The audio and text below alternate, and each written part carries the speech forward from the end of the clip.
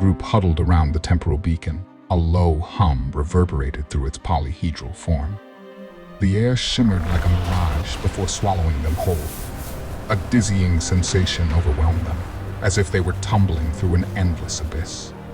When their vision cleared, they were standing on the banks of the Mississippi River.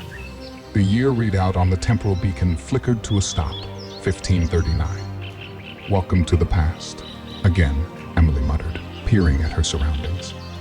The landscape was wilder, untouched by the scars of civilization and industry.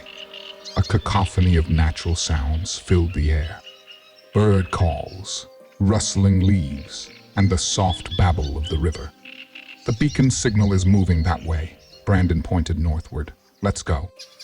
They followed the beacon until it led them to an encampment of Spanish soldiers and explorers. Armor-clad men sat around a fire, and among them, an aged conquistador held an object. An ornate, futuristic compass that appeared to be made from complex alloys and advanced circuitry. "The first temporal anomaly," Emily whispered. "How do we retrieve it without causing a scene?" Josh looked around and found a small, shiny trinket among the supplies near the camp. Brandon, ever the tech geek, quickly configured the quantum eraser settings. "Once we have it, I'll activate the eraser immediately." Emily nodded. The group moved cautiously, taking advantage of a moment when the conquistadors were engrossed in heated conversation. Quick as a flash, Emily made the swap. The futuristic compass now lay in her hands. With a nod, Brandon activated the quantum eraser.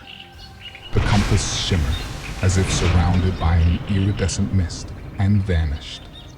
A sense of relief washed over the group. They retreated hastily, melding back into the wilderness. Once they were at a safe distance, Brandon checked the temporal beacon. "Looks like we have another signal further downriver. The year is 1599. "Let's get moving," Josh said, the weight of their mission setting in. They had just interacted with the past and corrected a tiny fracture in time, but how many more lay ahead? As they traveled down the river, each student was immersed in their own thoughts, yet united in a single urgent purpose.